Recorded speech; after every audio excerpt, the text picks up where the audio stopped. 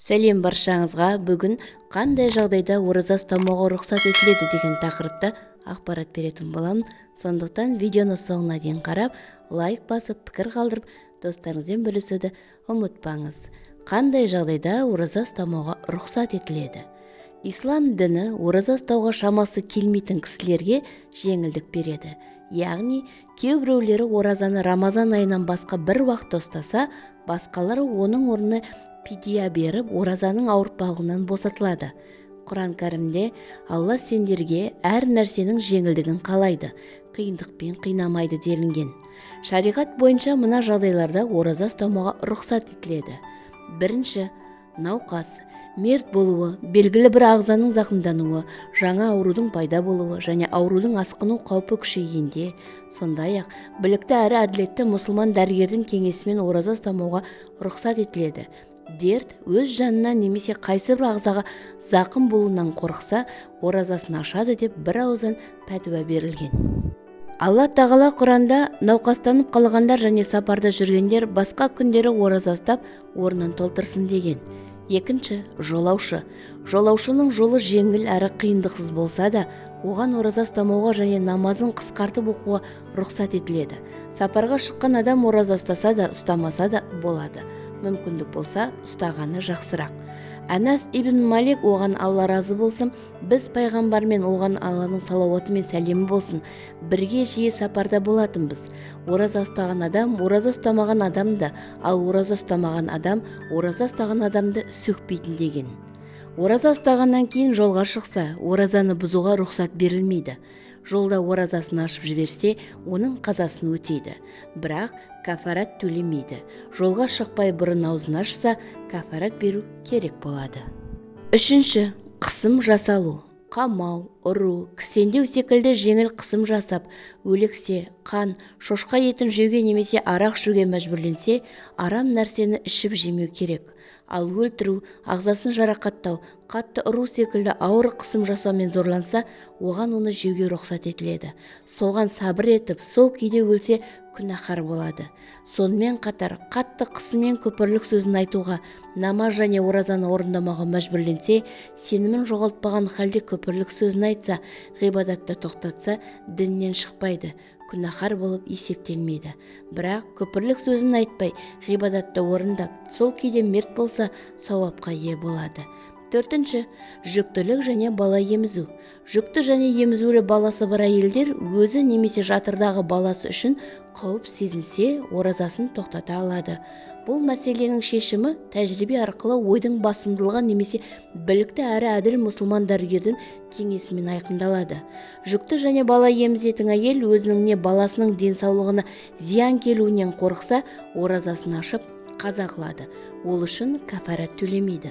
Хуласа кітабында да осылай айтылған. Алайда жүкті әйел мен бала емізетін әйел ораза ұстай алса, онда олар ораза ұстауы керек. Себебі Алла тағала ораза ұстаудың өздеріңе пайдалы екенін білесіңдер ғой дейді.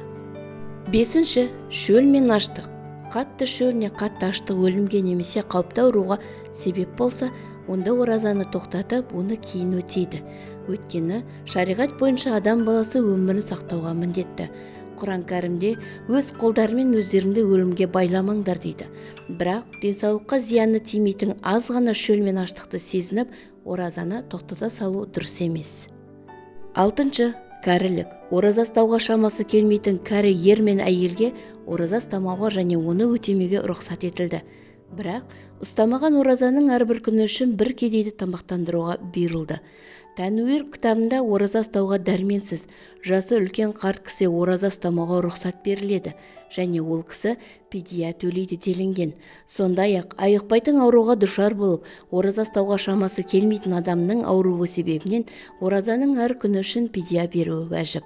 Алла тағала Құранда орынды себептермен оразаны соңына дейін ұстай алмайтындар үшін күніне бір міскін адамды тамақтандыру парыз деген. Жетінші, хайыз және нифас.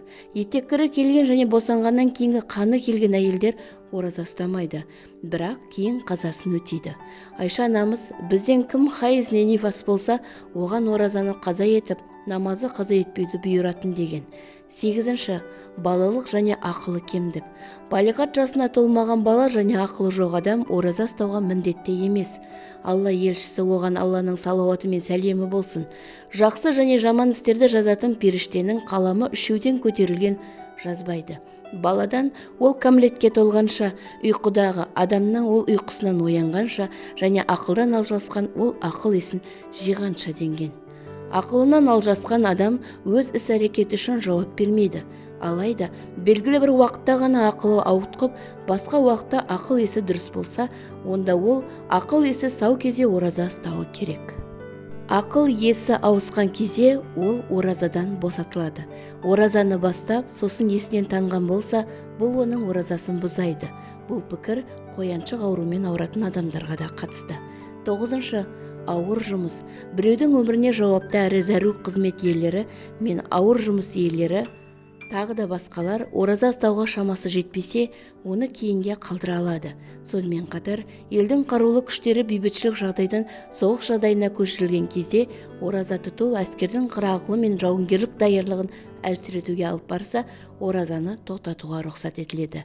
Алайда, жұмыс немесе қызметтің ауыр болуына қарамай ораза ұстауға мүмкіндік табылса және оның оразасы өзіне немесе өзгеге зиян тимесе, ондай адамға ораза ұстау міндет болады. Уа жаратқан ием, Рамазан айында ораза тұтуға күш-қуат бер және бұл айды өзің разы болатын іс-әрекеттермен өткізі нәсіп ете көр. Еліміз аман, заманымыз тыныш болғай. Әмин.